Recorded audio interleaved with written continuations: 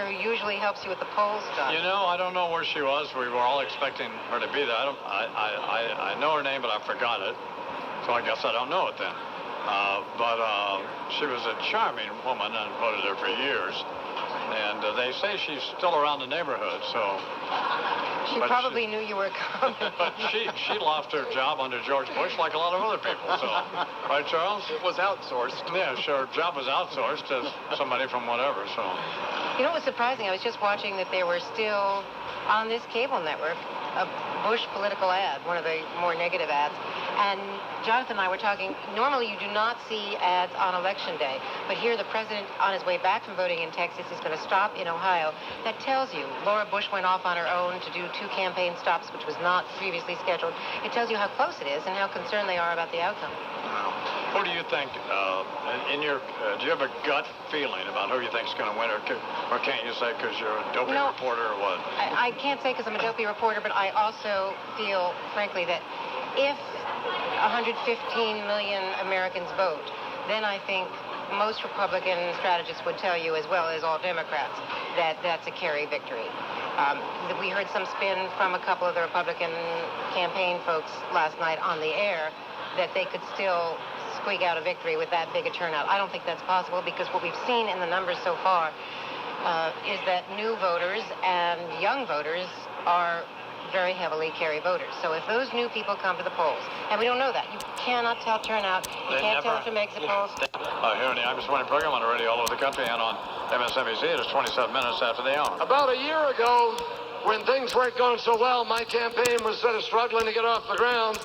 Somebody who thought not so well of my effort called a radio station and said, "Oh, that John Kerry, he's not going to be president of the United States till the Red Sox win the World Series." Well, here we go.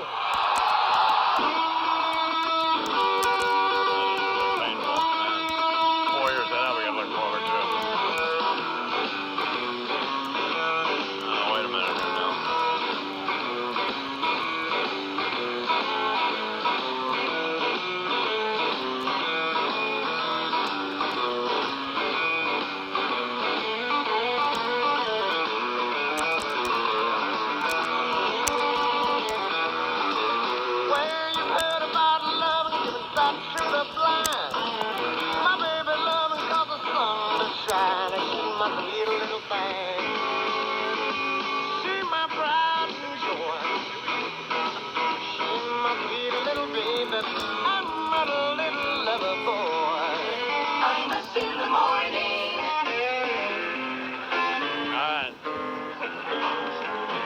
Thinking about, but Charles has a gut sense, and he agrees with me that he thinks Senator Kerry is going to win.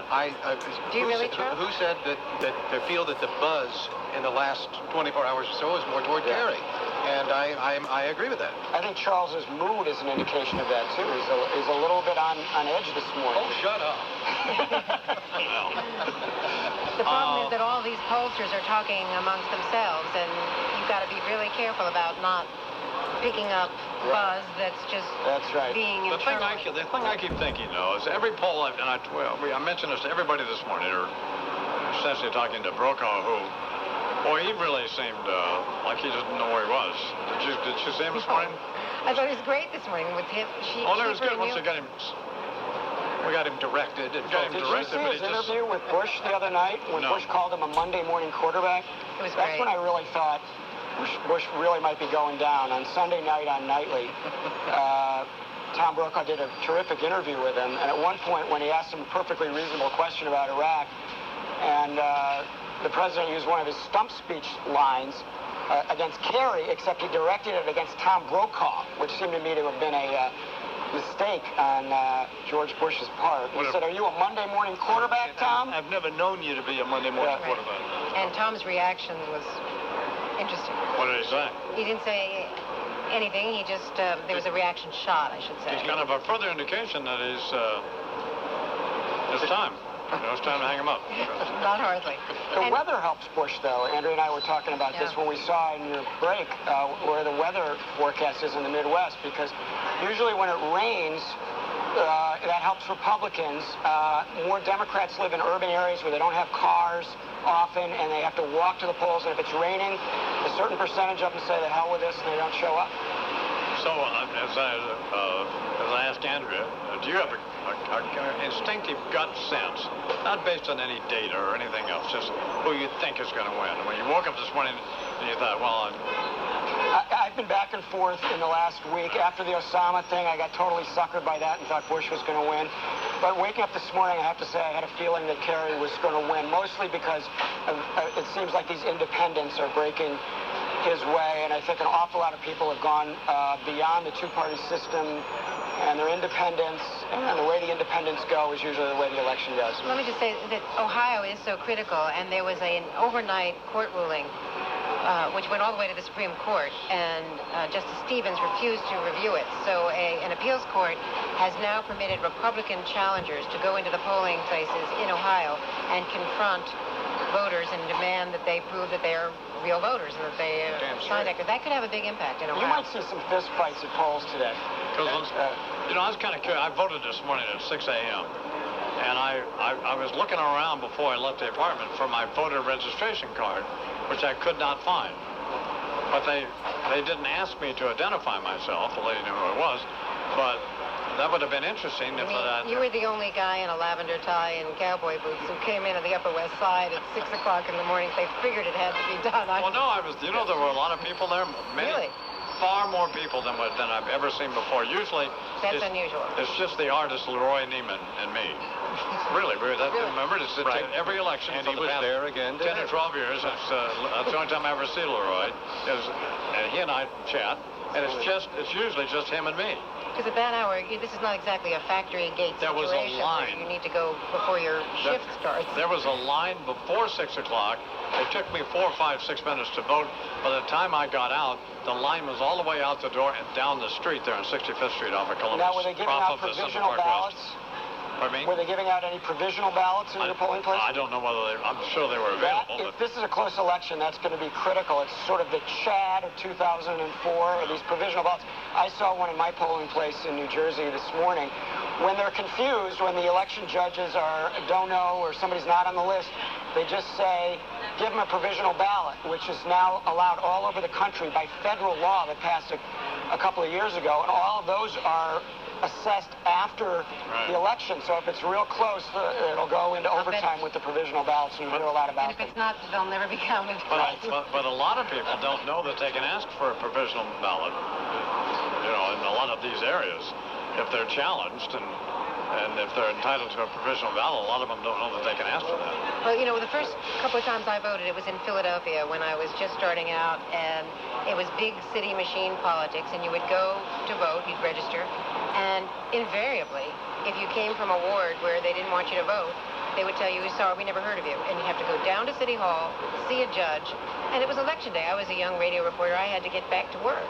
And it was a real hassle to vote. That's why when we talked earlier, I faced the situation in a city where one party controlled everything and where they stopped you from voting. Well, I grew up in Chicago, in the heart of the Chicago machine, and was working these polling stations as a kid, and you'd often see, between the reformers and the daily people, you'd often see it come pretty close to some physical who's president. Yeah. People forget that. Well, it really does. It matters more now than ever. We learned that on 9/11, we learned that in Iraq, and we learned that with our economic decisions. All right. Thank you both very much, Andrew Mitchell, Jonathan Aller. Right Thanks, after this break, MSNBC's election coverage continues, and as I mentioned before, Amy Robach and Randy Meyer from Democracy Plaza. They actually wanted to call it the Democratic National Headquarters, but Rick Campen was overruled with that. And there's more of Imus in the morning on the road coming up. And what is he going to say to those people that show up to the summit? Join me in the wrong war at the wrong time at the wrong place? Risk your troops in a war you've called a mistake? Nobody is going to follow somebody who doesn't believe we can succeed, and somebody who says the war where we are is a mistake. Now I sit by my window and I watch the cars. I fear I'll do some damage one fine day. But I would not be convicted by jury of my peers.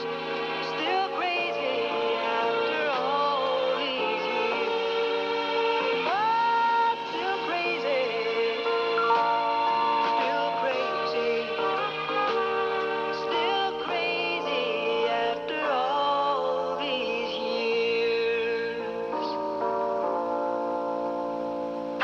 in the morning. This message is yours, too. They talk. About what? Yeah. And kids, are you tired of your parents hassling you for going over? Yeah, we use it all the You time. just don't get it. We have lives too, you know. Well, now you can relax, because only Sprint got rid of ugly overages. Check it out. Now, share 800 anytime minutes on 2 lines for just $70 a month. Additional lines are each just $10 per month. And with the Sprint PCS Fair and Flexible plan for families, there are no ugly overages. Because 100 extra minutes cost just $5. You can save money. Thanks. And you can keep talking. Oh, yeah. Sprint PCS. Now that's better. Offer ends 11/14/04. Requires 2-year agreement per line and preferred credit. Taxes and Sprint surcharges excluded. Activation and termination fees apply. Claim based on comparable plans with 35-cent to 45-cent per minute overage. Base price will vary. Roaming excluded. See stores for details. My friends, the Spider Hole here at the Sands Hotel in Fallujah is proud to present the comedy stylings of Baghdad's thief of bad gags, the wacky Iraqi, Mr. Bobby Alibaba. Hey, Allah be praised. How you doing tonight? Death to the infidels. Hey, just flew in from Tikrit, and boy are the great Satan's arms tired from patting himself on the back. Thank you. Death to the infidels. Hey, how many suicide bombers does it take to screw in light bulb? 2. 1 to screw it in, and 1 to blow them both up. Hey, bad party member goes to doctor's office with goat on head. Doctor saying, what is problem? Goat says, I'm not sure. It was there when I woke up this morning. Is this on?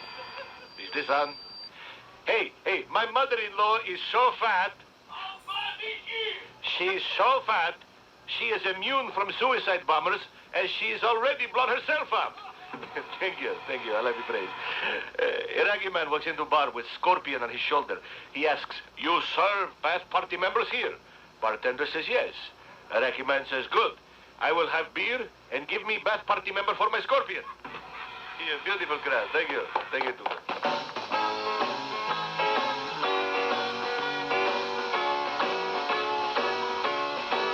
He's going to Crawford, Texas, back home. Yeah. He's gonna go right back to Texas, lick his wounds all alone. Boo-hoo. I've been known to get licked myself, but your second term has just been blown, so to speak. Said he would fight all the terrorists, invaded Iraq. Yes, he did. Then claimed the mission was accomplished, had himself on the back. But now when he and Cheney do the recount, he's the one who'll have the heart attack.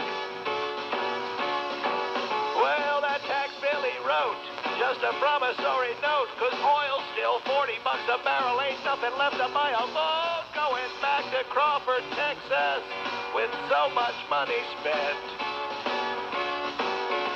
Got nothing to show for it, 'cause he ain't gonna be the president.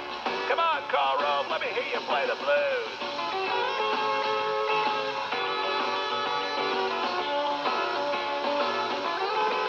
Based his whole damn campaign on landing that Viking jet plane, but he didn't win the war, even though he captured Saddam Hussein. Going back to Crawford, Texas, all right on his Lone Star tush.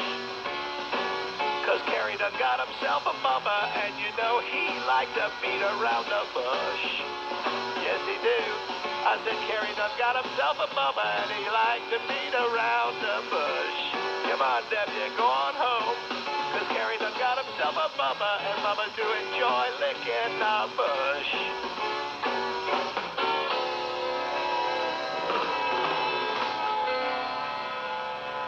The hopes of a nation are on the line.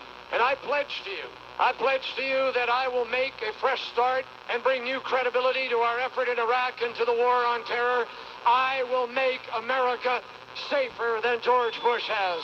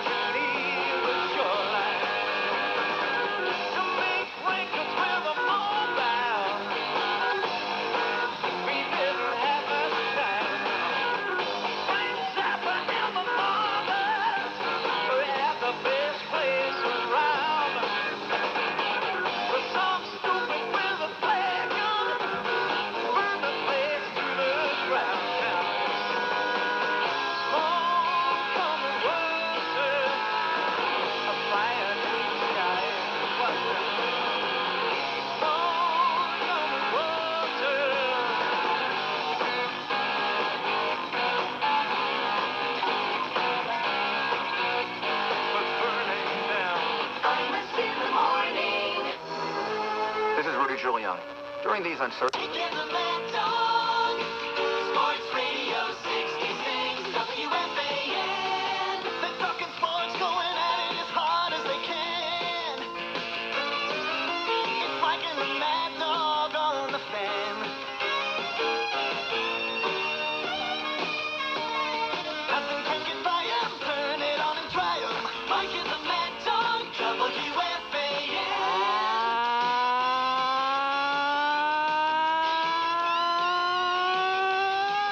Good afternoon, everybody.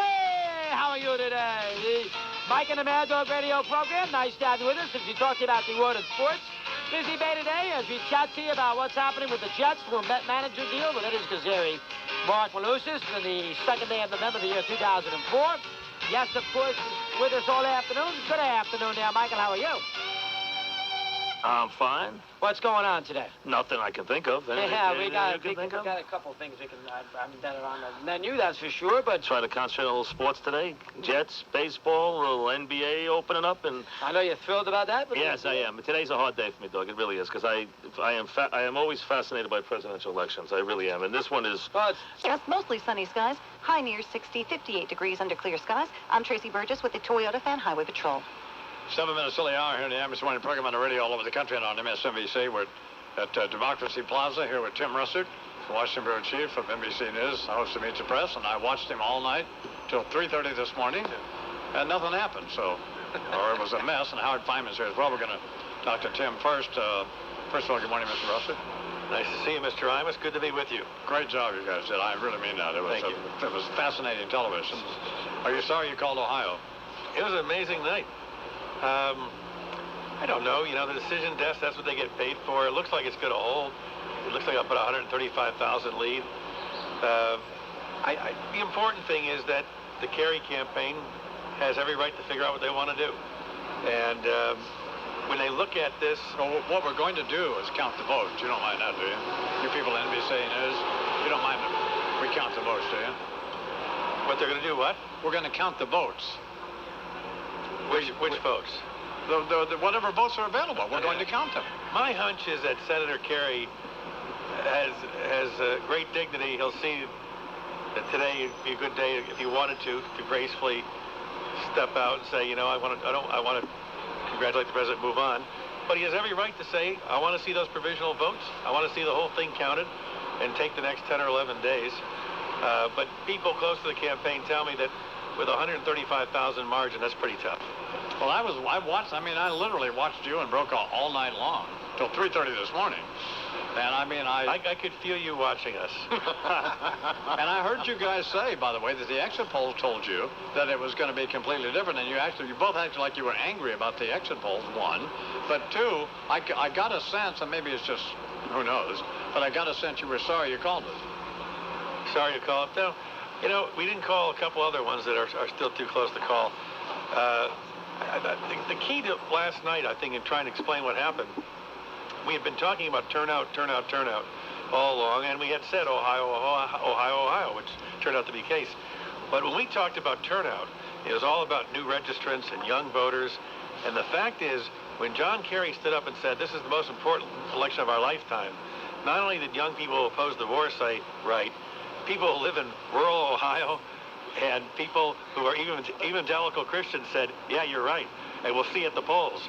I mean, it was extraordinary that George Bush was not only able to get his base out, but he was able to expand his base to the level he did.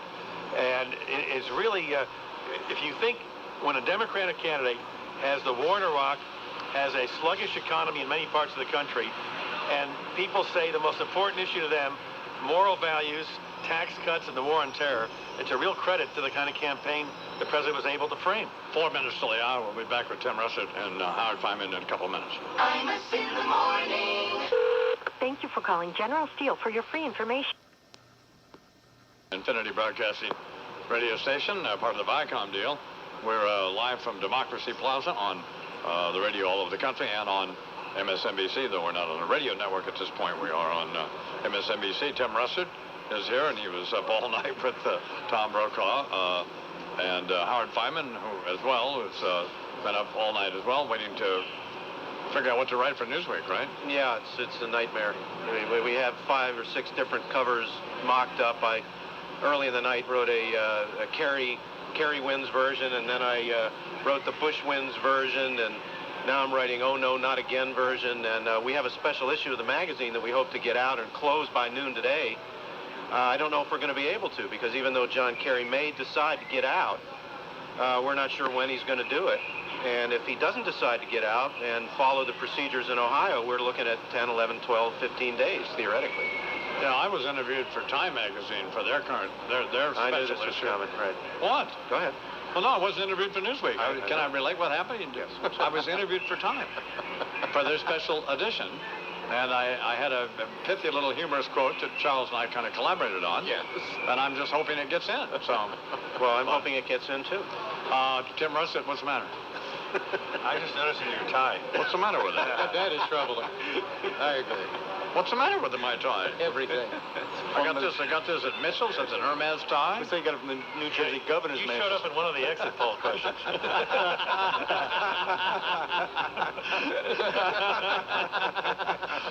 Why? Hey, wait a minute. I thought you guaranteed John Kerry victory. Oh, my God. And you also guaranteed a New York Yankee victory.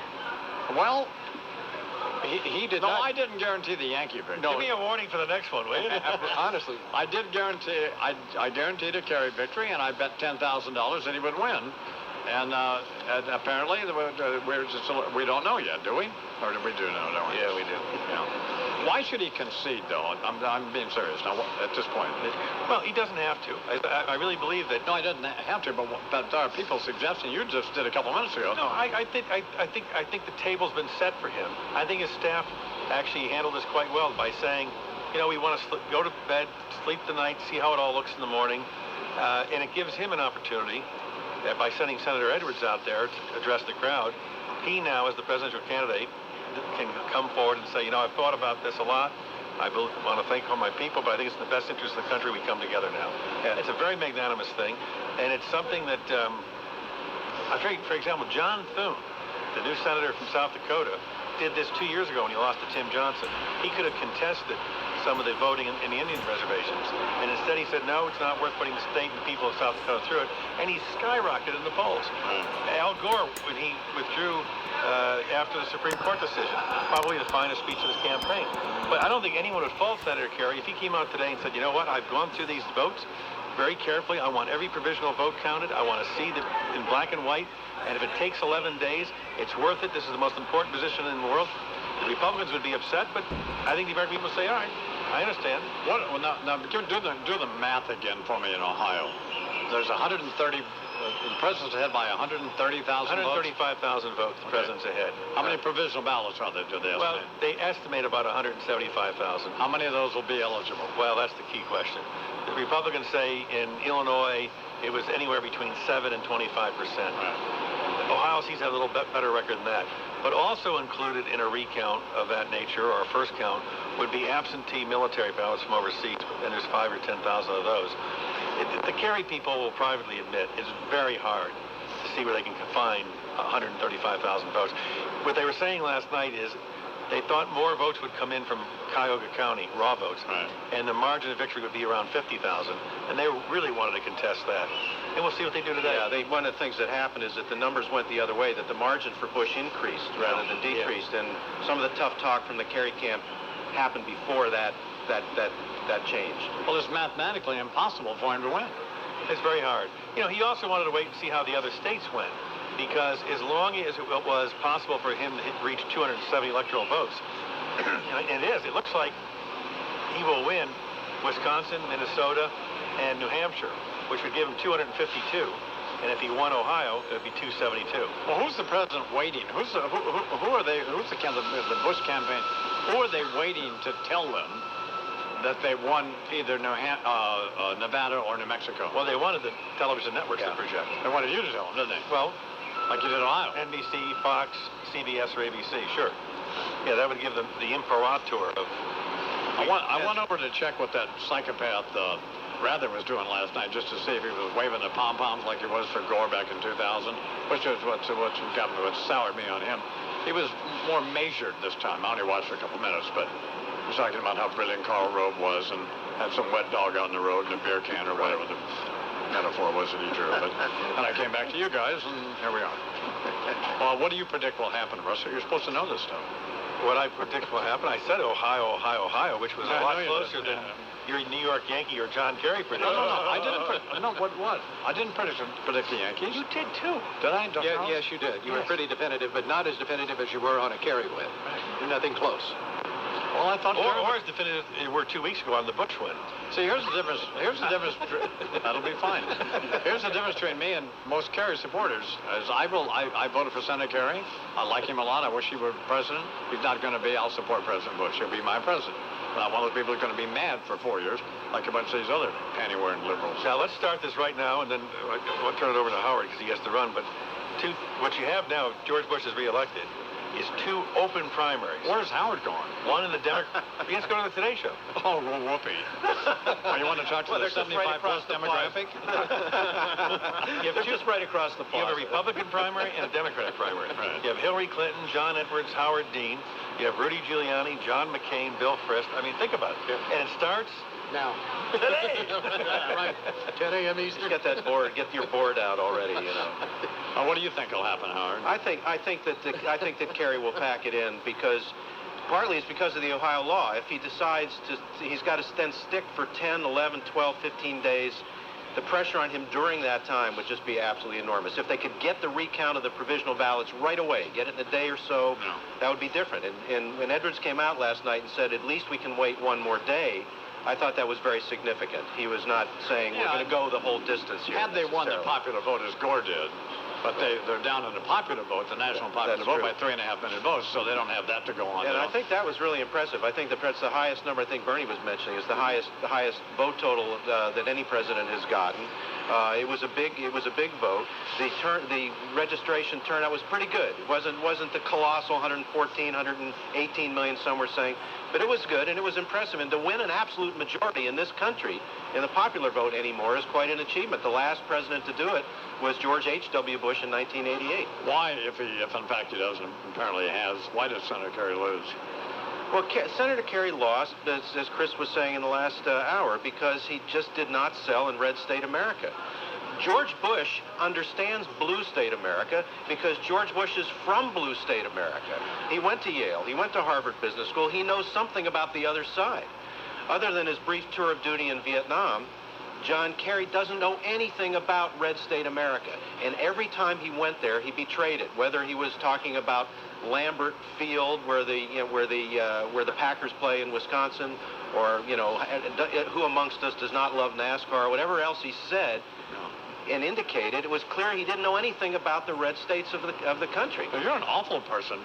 There you are. My guy's down. And now you're kicking him. Do you hear this, Charles? I'm here. He has many other great qualities. No wonder people hate you people at Newsweek and Time and all these networks. Snarky is the word, I guess. Anyway, say hi to all of our friends over at Today's Show. And give me an extra set of Depends if you can. That's one of their big sponsors over there. Howard Feynman here on the Imus Morning Program from Newsweek. It is 9 minutes after the hour. Tim Russert is here. And, boy, you really look like you've been at the American Legion with Big Russ like it's 1 o'clock in the morning and you're ready to hear another Charlie Pride song. I mean, you're a mess. Takes one to know one, doesn't it? Well, I've been there. I think he wanted to take a nap in that bed that's back there. Is that your bed? Is that your bed back there? Well, I didn't know there was a bed. Yeah, there's a cot out there with makeup all over it. Oh, I'm fine. It's the first time I've ever stayed up all night without drugs, but I'm proud to acknowledge here. 10 minutes after the hour, we'll be back with Tim Russert in just a couple of minutes. Thanks. Because we cut taxes on everybody. Remember, we ran up the child credit by 1,000. We reduced the marriage penalty. We created a 10% bracket. Everybody who pays taxes got relief. The recession was one of the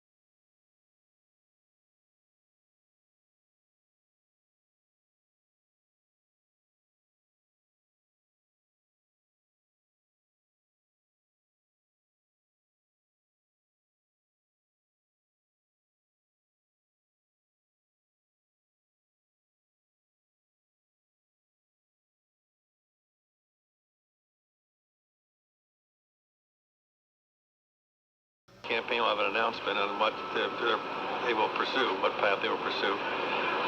They either will go down and say we're going to Ohio with a legal team and spending the next 11 days trying to sort through the provisional ballot, or my hunch is that Senator Kerry will probably come forward and address the nation. But we don't know anything right now. We haven't been told. But because of the division in the country and because of the, for lack of a better word, animosity that exists between the Democrats and Republicans in this country, particularly at the party level, won't they want him to do as Senator Edwards said last night, wait till every vote's counted? And well, I thought Senator Edwards last night, by saying that, gave his troops a sense that, they fought the good fight. And now there's a fine line between fighting a good fight and carrying on into something that is futile and divisive. But again, if Senator Kerry concludes today that he really thinks he has a chance of winning the state of Ohio and therefore the presidency, he has every right to pursue it. Does he have a chance to win Ohio? Pretty tough. You look at those votes, 135,000 vote margin, he's down, deficit. He would have to have a royal flush. Every provisional ballot would have to be for him. The overseas ballots would have to be for him. It's pretty hard. Is it impossible? No, nothing's impossible. Well, so that may give them something to hang their hat on. Yeah, you could do that. Yeah. But you guaranteed his victory. So there's no need to go through this. Outright. So is it because you're out 10 grand that you want him to keep this going? No, I don't mind the 10 grand. I tried to bet $1 million. I couldn't get anybody to take the money. Take the bet. No, I'm disappointed, but I mean, I'm not going to kill myself, and I'll support the president. I'll tell you what, I'll bet you 10 grand he doesn't get the provisional votes. Pardon me? I'll bet you 10 grand he doesn't get the 135,000 provisional votes necessary to overtake Bush in Ohio. Wow. You'll bet me what? $10,000 for the ranch. No, I'm not going to take that bet because that's impossible. It's an impossible bet. It's for the kids. Okay. Why would you not want to give money to the children? Well, believe me, I don't. Believe me, I do. No, what are we betting again now? You are betting that Senator Kerry will go forward and count the provisional ballots, and there'll be more than enough to compensate for the 135,000 loss in the popular vote. No, I can't. That's an idiotic bet. Well, I came to the right place. Why are Brian Williams was great this morning because his guard was down. He was willing to say anything, and he was hilarious, because he is really funny. We're all punchy, huh? Yeah. Thank you very much, Tim. Thank you. I appreciate it. God bless you. Thank you very much. Get some rest. Don't walk out here and have a big old heart attack on us. 20 minutes after the hour, Tim Russert to Washington Bureau Chief. No, leave my hat here. Tim Russert to Washington Bureau Chief of Meet the Press, and is he the Washington Bureau Chief of Meet the Press? No, he's the Washington Bureau Chief of NBC News. That's right. And the host of Meet the Press, and needs to get some rest. It's 21 after the hour. Amy Robach and Charles McCord are going to do the news, and I'm going to go find a phone booth. Good morning, guys. Good morning, Iron Man. First of all, the Bush camp is declaring victory. In a manner of speaking. The Kerry camp, of course, is not giving up yet based on a resolution of the situation in Ohio. However, they want to interpret it, whatever they want to do about it. But just before dawn, here in the East, White House Chief of Staff Andrew Card did emerge to tell supporters in Washington that the campaign, and this is his quote, is convinced that President Bush has won re-election, end quote. Andrew Card says the president will speak later in the day. Earlier, of course, Kerry sent running mate John Edwards out in Boston to say they will, his quote, fight for every vote. And we understand that the Bush High Command is dispatching a 10-person political and legal team to Ohio in case Senator Kerry triggers a Florida-like ballot fight there. Some of the other things that Andy Card had to say: we're convinced that President Bush has won re-election with at least 286 Electoral College votes. He also said this all adds up to a convincing Electoral College victory, as well as a strong endorsement of President Bush by his fellow Americans in the popular vote. And Card also adding President Bush decided to give Senator Kerry the respect of more time to reflect on the results of this election. That from Andrew Card this morning. In addition to Ohio, results are still too close to call, apparently, in Wisconsin, Iowa, New Mexico, Nevada, New Hampshire. President took Florida with relative ease this time around. And as did Senator Kerry in the state of Pennsylvania, where some big spending by the Kerry campaign paid off. Kerry picking up 21 electoral votes there. Right now, NBC News still has it. The president, 269 projected electoral votes to Senator Kerry's 221, with, of course, 270 necessary to claim victory. And taking a look at the Senate races, some of the key races, Democratic leader Tom Daschle has been beaten by former South Dakota Congressman John Thune. Of course, he's the Republican there. That was a race where the two men spent more than $26 million. Right now, Thune leads Daschle by about 6,000 votes out of more than 380,000 that were cast. In North Carolina, the seat formerly held by Senator John Edwards is now in the hands of the GOP. Republican Richard Burr defeated Democrat Erskine Bowles. And Democrat Barack Obama easily defeated Republican Alan Keyes in Illinois to become the only African-American in the Senate class of 2005 and only the 5th African-American senator in U.S. history. In Pennsylvania, incumbent Republican Senator Arlen Specter won re-election. He is now in line to chair the Judiciary Committee and preside over any Supreme Court nominations that may reach the Senate in the next 2 years. Now, as of right now, NBC News is projecting a new Senate composition of 50 Republicans, 44 Democrats, and 1 independent. 5 races are still too close to call. And just going over the House situation once again, the Republicans' decade-long hold there has been extended another 2 years. Tennessee, all 9 incumbent congressmen won new terms, including Harold Ford Jr. of Memphis, who ran away with an overwhelming 82% of the vote against challenger Reuben Fort. In Texas, House Majority Leader Tom DeLay fought off 3 challengers to win an 11th term in Congress. Congressman DeLay, the key architect of a recent redistricting plan in Texas that helped unseat 4 Democrats in yesterday's election. And Florida Republican Katherine Harris will return to Capitol Hill, 2nd term. Ms. Harris, of course, was Florida's Secretary of State during the pivotal presidential recount in Florida 4 years ago. As of now, NBC News projecting that the 435 seats in the House will break down this way: 231 Republicans, 203 Democrats, 1 independent, and it'll be the first time since the early 30s that Republicans will have controlled the House for a 12-year period. Also, moral issues played a major role in motivating voters during the election, with 11 states voting on constitutional amendments to ban gay marriage, and those amendments won in all 11 states where they were up, and often by extraordinarily big margins. Mississippi, for example, an overwhelming 86% voted to define marriage as a union between a man and a woman, and the other margins were something along that order. Imus in the Morning News Time is now 25 minutes after the hour.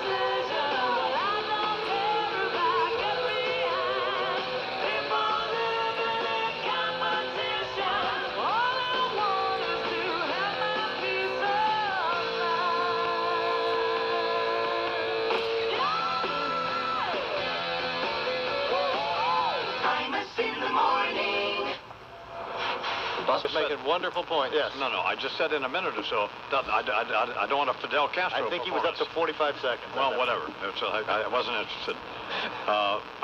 You know, another thing Senator Kerry should have done, he should have stopped the train. That's what he should have done. So right there, it should have told you something. You should have gotten a gut feeling right there. So, but he didn't, and now what? Now where are we? And I just. What's that train done now, man? It's gone off the rails. Well, he will not be reporting for duty at the White House. Oh, that's fine. That's fine. Well, you know. You're not going to start crying, are you, Chief? No, but I feel a little down. No, but here's the kind of American I am. I'm not going to be bitter about it. And I think the president's surrounded by a bunch of war criminals, ought to be put in prison. I think he's probably a pretty good guy, and one would hope he would learn from the past 4 years and try to do better. But I don't have any high hopes, but I'll support him until we can figure something else out. Oh, God, that's a great endorsement. I'm kidding. I'm kidding. Jesus. No, I mean, he's the president of the United States, and Amen. All-time high popular vote. Thank you, Bernard. Larger than Ronald Reagan. That's fine. Who's your daddy? Yeah. Pardon me? Who's your daddy? Way to go, Chuck. Who? Go ahead. Who's your daddy? You can do it. You can say 43W any way you want to put it. You can say it. Come on. Who's your daddy? George Bush. No, I'm sorry. I didn't hear you. George Bush. Thank you. He's my daddy. George W. Bush. Probably a lot of people's daddy when he's drinking and doing cocaine. Around the country hosing everybody. Quarter till the hour here.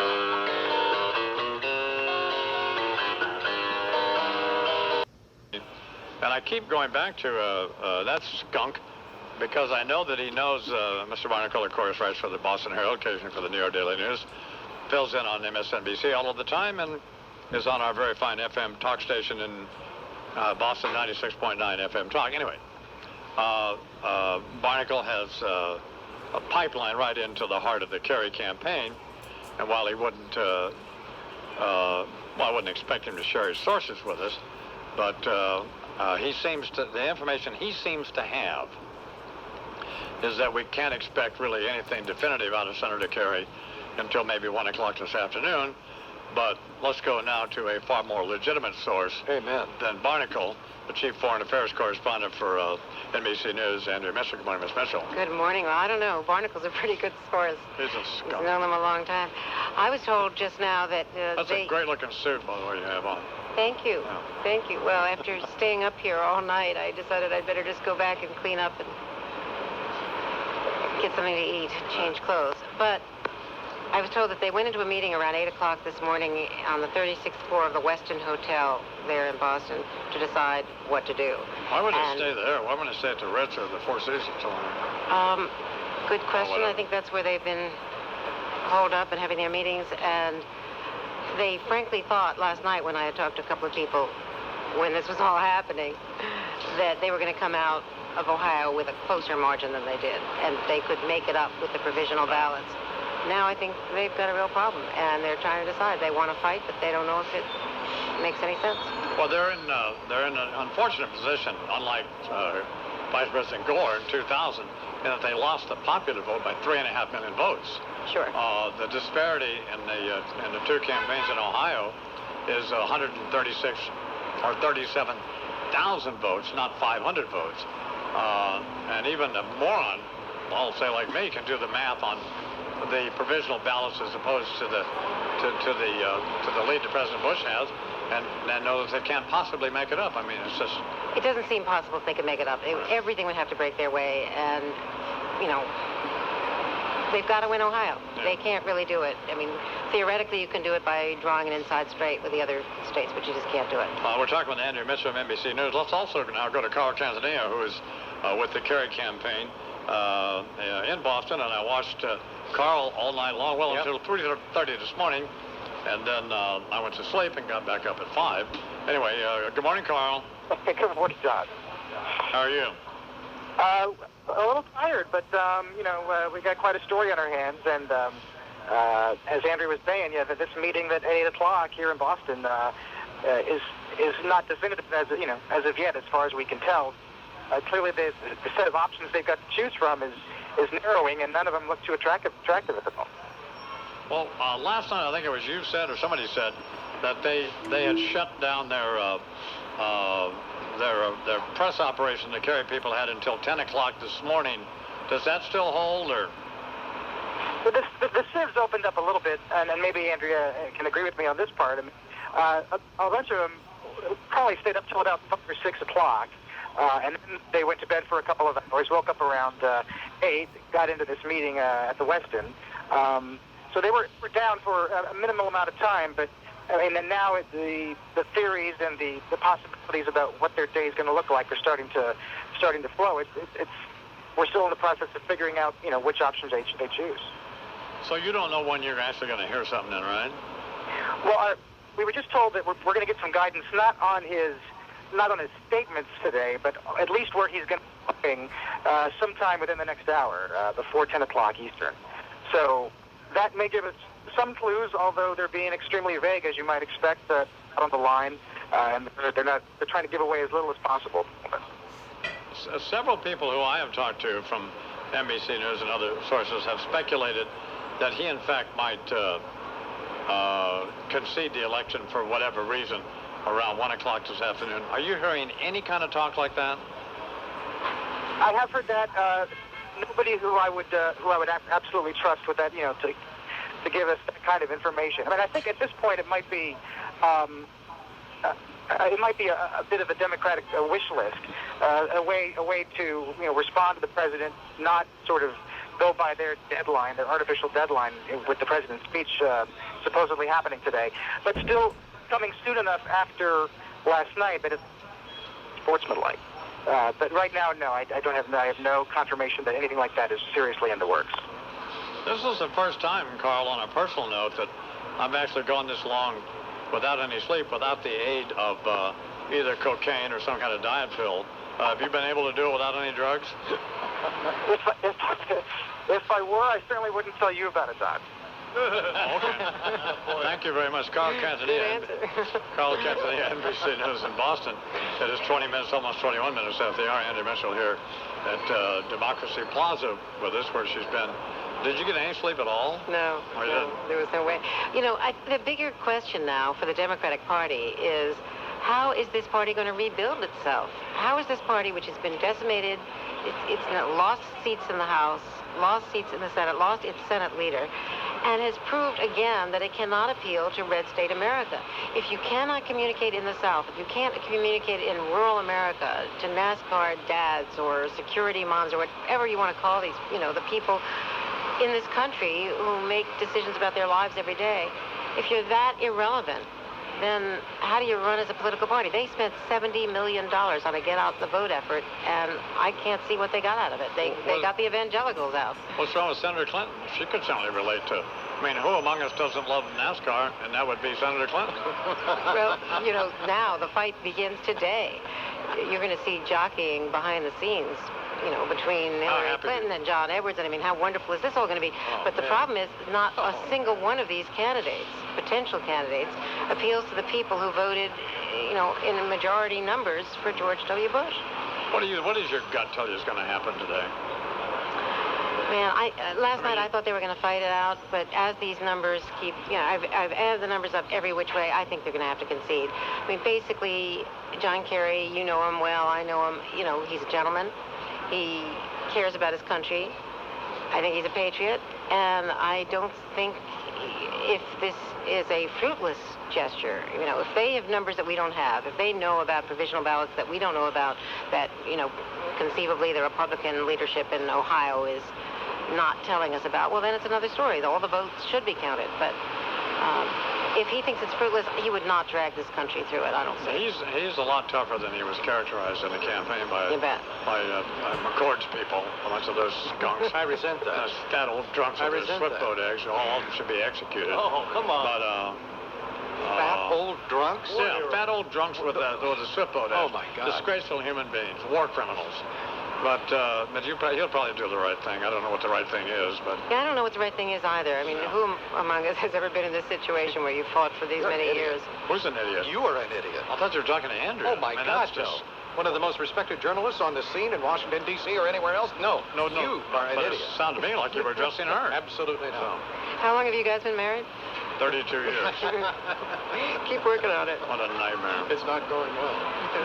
Well, for this, I don't know. When you do them, I mean, if they had, as I said before, if they had the popular vote, as Gore did. It'd be a completely different deal. Yeah, if they had it, but if the margin were like 500 votes, as it was in Florida, it's not. I know that's not. If they had a candidate with any backbone. In retrospect. If they what? If they had a candidate with some backbone. Who are you talking about? Oh, God, I can't imagine. Senator Kerry, what do you want him to do? If. The largest popular vote in the history of the nation. Well, yeah. If. In retrospect, having the... Memo to Reverend Jesse Jackass. We're staying in the bushes. How about that? Yeah. Wrong election, wrong country, wrong time. Some people call me the space cowboy. Yeah. Some call me the gangster of love. Some people call me Maurice, 'cause I speak of the pompatus of love. People talk about me, baby. Say I'm doing you wrong, doing you wrong. Well, don't you worry, baby, don't worry, 'cause I'm right here, right here, right here, right here at home. 'Cause I'm a picker, I'm a grinner, I'm a lover, and I'm a sinner. I play my music in the sun. I'm a joker, I'm a smoker, I'm a midnight toker. I sure don't want to hurt no one. I'm a picker, I'm a grinner, I'm a lover, and I'm a sinner. I play my music in the sun. Imus in the morning. Introducing SBC Home Networking. Now you can connect 2 or more computers to the internet. Now we've seen these independent groups, Jim Jordan and Harold Ickes and all these other groups who said that they were mobilizing. And the real answer was that the Republicans were proving that they could do a grassroots operation, which they've never been able to match Democrats at. Rewriting of history here. That is the opening bell of the New York Stock Exchange because it's 9:30 here in New York City. And it's sponsored by Tri-State Jeep Dealer, trail rated capability, only in a Jeep 4x4, and by Canon's new Image Runner solutions, create, manage, and share documents and ideas seamlessly. And I don't have any idea what the market's doing, but it's in great hands now, down there now with John Thane. And he's doing a great job, took over for my friend, Dick Grasso, and they have instituted some new initiatives there to exchange, and it's the place to be if you have a company. You would be on. The only reason you would be on some other exchanges is because you had to wait your turn to get on the New York Stock Exchange. Remarkable man. You know, I didn't discuss this earlier this morning because, well, I don't know why I didn't. Anyway, it reminded me, a lady just gave me a check here for $150.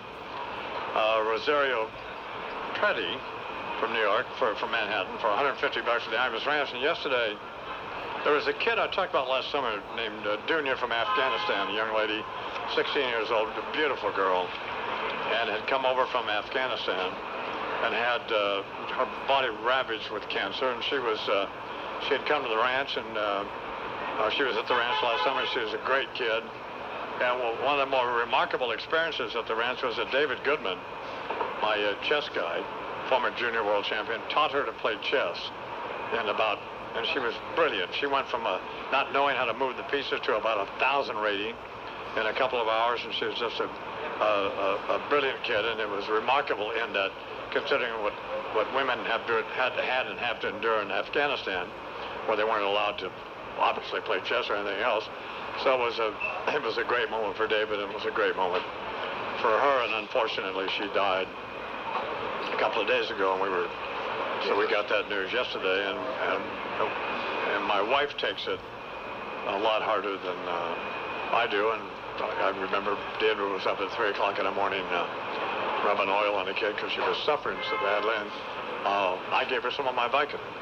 But and she was the kid who was suffering in such pain there at the ranch, and that was when I had my disagreement with Dr. Howard Pearson, who could be one of the worst people on the planet. I recall that disagreement. He's a horrible human being. One of the guys involved with the hole-in-the-wall gang camp, but he's a disgraceful, despicable old skunk. And but I'm sorry the kid died, and it's horrible. Really bought into focus of this election, and so it kind of, well, I don't know whether it dampened our enthusiasm or not, but one of the things we talked about last night is how we can get out of having to do this for ants anymore, because it's heartbreaking. I know. You know, it was fun the first couple of years, and then the kids started dying, and suddenly it's not fun anymore. Anyway, I did want to mention that. I'll go on about it a lot. Andrew Mitchell is here, and we're all waiting to find out what's going to what's going to happen. I can't imagine, and maybe Andrea, you can weigh in on this, that Senator Kerry, regardless of what some of the more rabid people in his campaign or in the party might think he should do, would drag this thing out when it's clear. If you just do the fundamental math that he can't win. It would be hard to imagine. There's going to be a lot of pressure on him because the grassroots in the party and the sort of the more active people in the party feel that they were robbed 4 years ago, and they really want to get some kind of vote count, but the numbers just don't add up. Yeah. Carl Rochelle is at the White House. How are you, Carl? Hey, Don, I'm okay. How are you? I'm fine. Miss CNN? Do I miss CNN? Like a sharp stick in the eye? How's that? Yes. Are you agree now that you're here at NBC? Apparently we're having a technical difficulty talking to with Mr. Rochelle. Are you hearing me? Who for years was with CNN. Yeah.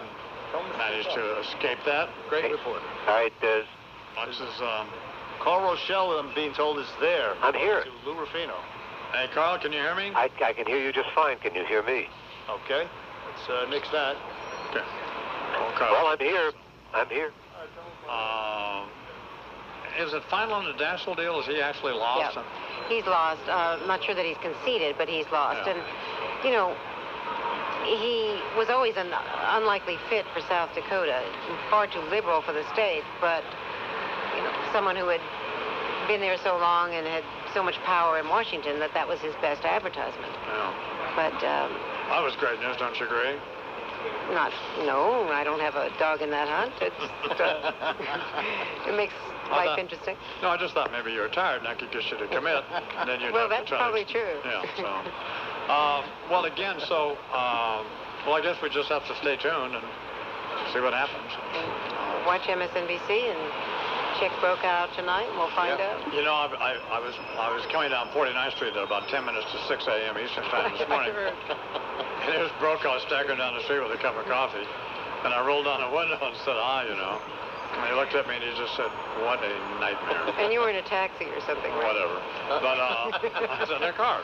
But do you think, probably it's not fair to ask you this, but do you think NBC is sorry they called this or not sorry they called Ohio? Or? No, we have really good people on that decision desk. And we were very, very cautious, still are being cautious about not calling a lot of these other states where there's a 10,000, 11,000, 12,000 vote spread.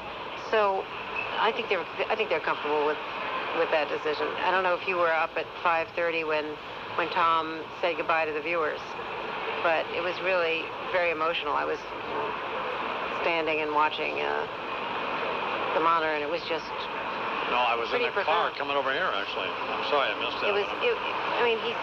He was at his last moments of an election night broadcast. He was absolutely true to his form and to his himself. Absolutely. It was really an eloquent statement. I should talk to him briefly this morning. There have been some great journalists in my lifetime. Edward R. Murrow and Walter Cronkite and David Brinkley and Chet Huntley and others, and Fred Friendly and other broadcast people, Mike Wallace, and there's a lot of them. But for what he did, I think, because for a lot of reasons, that he has distinguished himself, at least in my view, as really the single greatest journalist in the history of this business in terms of being an anchorman and what he meant to this country, and how he has distinguished himself in his fairness and his ability to report the news and not make us think, who are watching television, that he has, as you just said, a dog in the hunt, because I never got that feeling. As you do with the other guys who are just absolutely pom-pom waving skunks. Let me just tell you that from someone that would inside. be Rather and Jennings. Go ahead. From someone who works, on his team, he is the person who helps shape the broadcast. He is the managing editor, and most viewers would probably not be aware of that. But it is Tom who says, no, wait a second, at a meeting, a planning call, what about this? And why haven't we thought about this? And this is what I'm hearing. And it's Tom who calls reporters, correspondents like me, and says, hey, I just picked up this piece of information. Why don't you check it out? So he really is an editor and a teacher and a mentor, and that has meant so much to people like me and my colleagues as we've learned, struggled our ways in our careers. And he made an enormous and a great contribution to this country. in his greatest generation books, which he just sorted by his own admission. And had no idea what they were going to amount to or anything else. But and personally, I don't know him that well, but personally, a marvelous human being and a good and decent and moral guy. And but I also think that Brian's going to do fine. In fact, probably better than fine. He was wonderful. He was really funny this morning. Oh my God, he was terrific. It's, you know, and as I told Terry Bradshaw, I never met a dumb person with a sense of humor. So, and for those who think that that advertising campaign at ABC has been running just disgraceful, if they think Peter Jennings, I mean, that's just absurd. So I'm actually offended by that. And we don't even work for NBC, we work for CBS, but we're on MSNBC. So, but our loyalty would be to Mr. Williams. Well, thank you, Andrea, very much. My pleasure. Get some rest, and I hope we find out today what happened. Hope you guys are all right. So. I think we will find the story. Carl Quintanilla is on the case.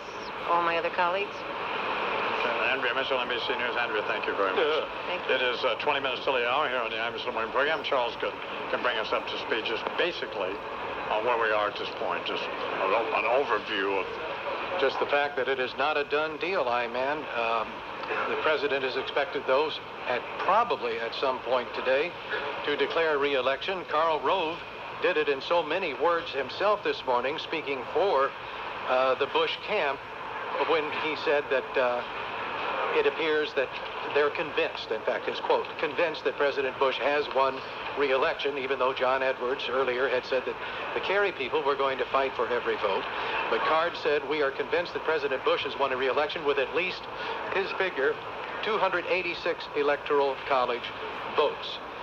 He said this all adds up to a convincing electoral college victory, as well as a strong endorsement of President Bush by his fellow Americans in the popular vote as we await the final resolution of the situation in Ohio. This actually would be the first time President Bush was elected, wouldn't it?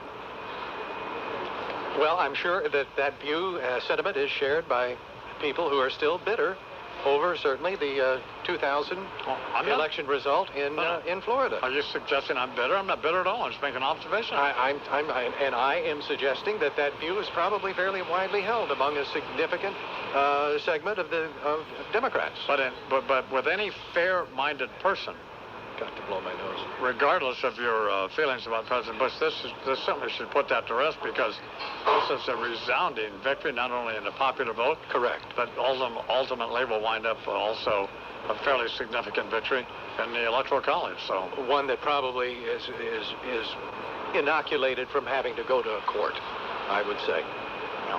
Yep. And I wonder if that guitar pick that Senator Kerry has that Bruce Springsteen gave him, which I actually saw him give to him out there in, I was watching C-SPAN. Right. Out there in Cleveland. I wonder whether he'll just chuck that or... I don't think so. As I understand it, we have information in from that meeting that is ongoing at the Westin Hotel in Boston that he is going to give that to Al Gore, who is then going to put it into a lock box. You really are just a four-eyed... Or he's going to shove it into a wood chipper along with Teresa.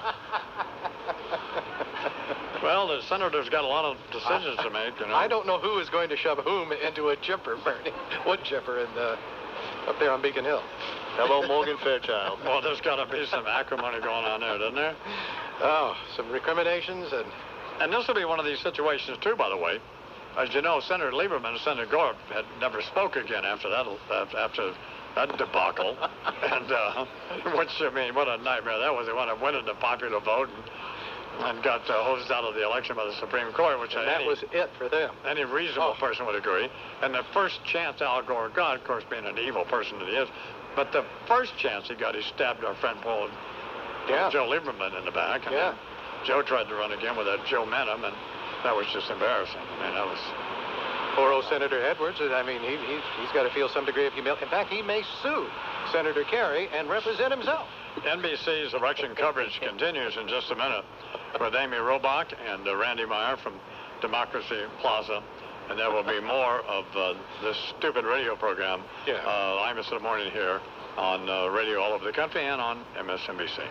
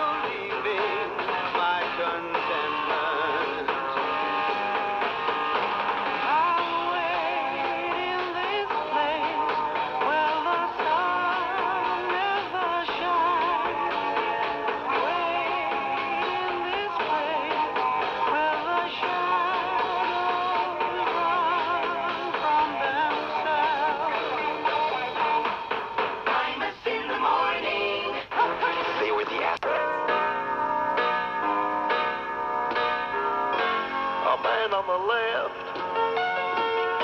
a man on the right.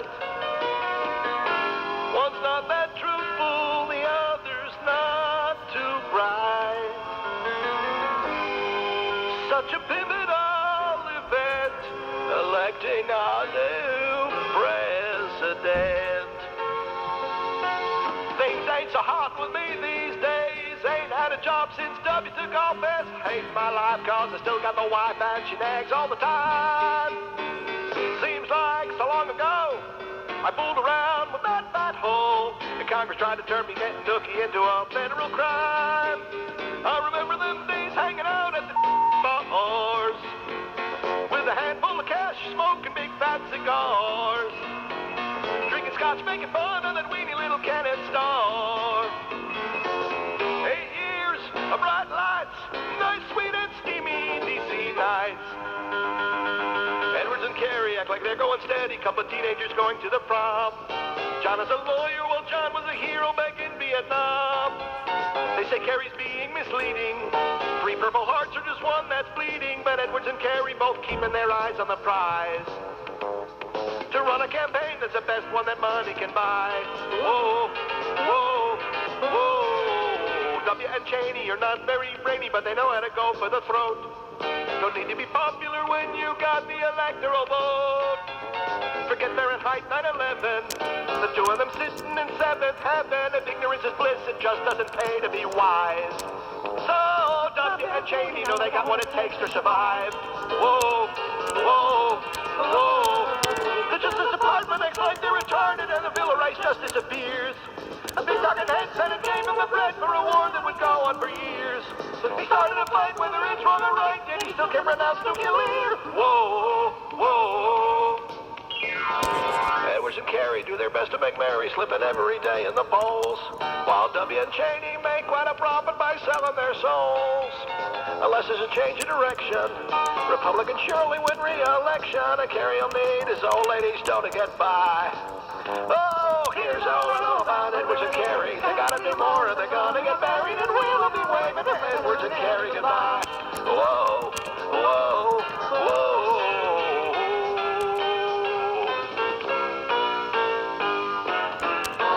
A man on the left, a man on the right. Who'll be the winner come election night? You need only 51% to get elected president.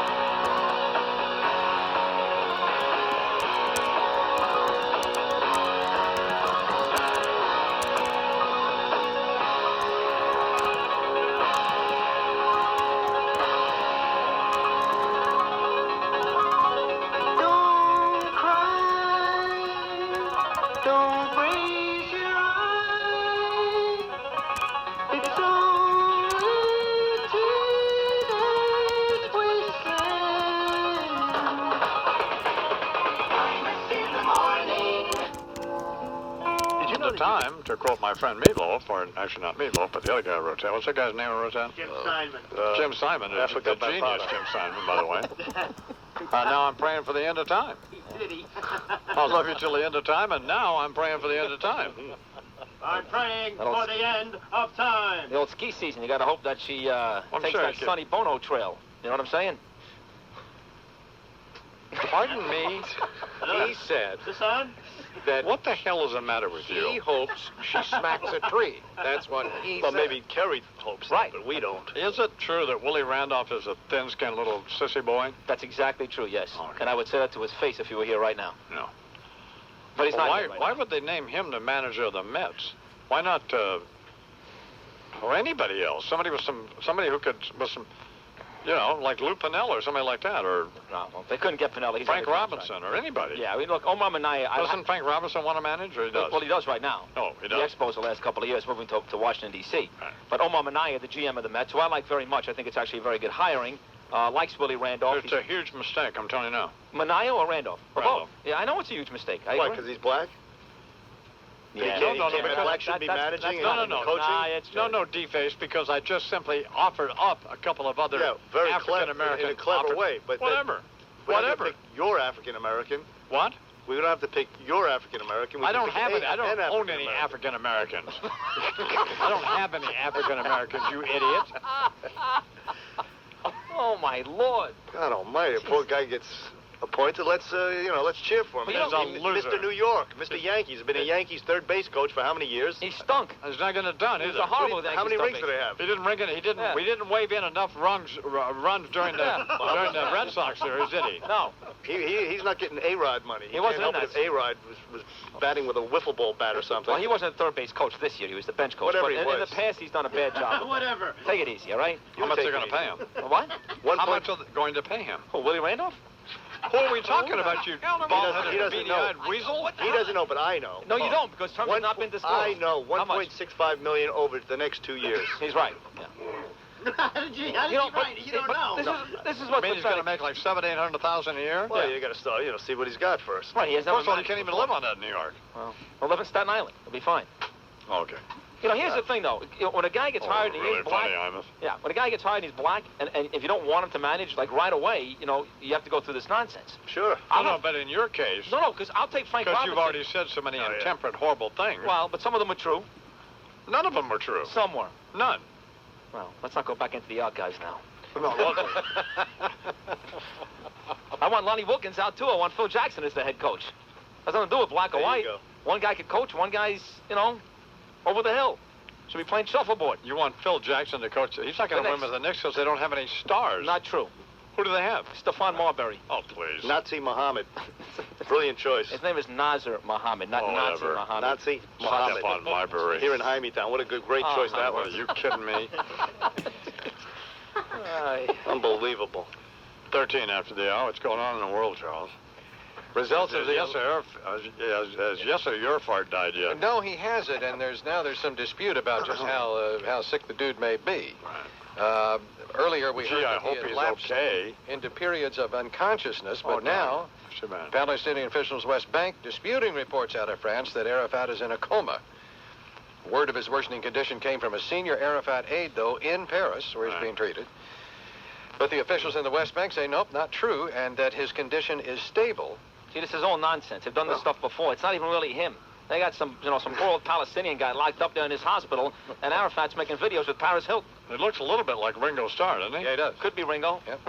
Or, as you've pointed out before, Red Fox. Yeah. But wait now, he's the Nelson Mandela of his people. He's a piece of garbage. Unlike Saddam Hussein, he wasn't a good time Charlie, murdered lowlife. Did I tell you what happened when I voted over at the Jewish Center on West 65th Street at 6 in the morning on Election Day? That's where you were yesterday? The JCC? That's where I voted. Oh, I didn't. Okay. And so then I went back with my wife at 10:30. She was going to vote. So the place is crammed full of people. I'm standing there. This woman comes up to me, dressed like Yasser Arafat, with one of those things around her leg suggesting that she rides a bicycle. And she says to me, gets in my face and says, I stand there talking to some guy, how do you feel about Judge Rothwach's dying? You're kidding. And I said, well, I'm sorry he died, And then she said something else. I said, but the guy was a jerk, He was a good judge, but he got out of line, and I didn't like it, and so I said something about it, and he sued me. So, I'm sorry he died. So she kept on, and then finally I said, I was reduced to calling her an a-hole, which of course I did. But this crazy woman accosting me about Judge Rothwax, this has been 10 years ago. I did her 8 years ago. What do you think about Tanya Harding? I mean, come on, let's be more topical here, Grandma. Anyway. And wouldn't let up then, huh? No, well, I got in her face. Yeah. You showed her. I may have took off the gloves. Well, no, but I mean, I'm the wrong person to accost. Yeah, that's not going to work out. That's really stupid. Did you break any spokes in a wheelchair? Or? So, You're an a-hole. Get out of my way. 16 after the... I'll knock the liver spots off your hands, Grandma. Well, she was just a crazy... Well, you know, it's a crazy person. Yeah. So, anyway. She won't do that again. Don't mess with... How'd the Knicks do last night? Great, huh? The Knicks played well. You had to be there. I wasn't the aggressor in all of this. I was... Victim. No question. I was a victim. I was just minding my own business. Put it this way. She started it. You finished. Well, yeah, yeah, but I wasn't as harsh as that. But I did... You didn't have to pull out the gun or anything, did you? No, I didn't. Just 2 hits. You hitting her, she hitting the ground. Settle that. There. How'd the Knicks do last night? Very well. Very well. I was impressed with the Who Knicks did they beat? They played Minnesota. The Liberty. They played Minnesota. I was very impressed with Did they win? That's not important. They played a very good game last night on the road against one of the... It's not important? No. It's not important whether they win or not. That's correct. It's not in whether you win or lose. Well, you are just an idiot. Here's what it comes down to. It's a long season. Yeah. There are wins and losses and battles along the way. John Kerry, most people thought, won that first debate. And guess what? He's a loser today. Therefore, I'm not going to take last night's game and make it too important. So how I look at it is the Knicks played a very good game last night against a very good basketball team, and win or lose doesn't matter. It was a good effort. I don't know. Oh, that's the stupidest thing I've ever heard of. No, it's not. You've heard something. How did the Nets do? Oh, they got killed, and they lost. Who'd they play? The Miami Heat with Shaquille O'Neal. And it's not going to get any better for the Nets, unfortunately. How'd Big Daddy do? 16 points. Relatively, he looked a little lazy, a little slow. He's still banged up. He's got the hamstring injury, so he wasn't 100%. But they didn't even need him. They could have killed the Nets without him. Fat as a house? Yeah, he looked a little big. What? Nothing.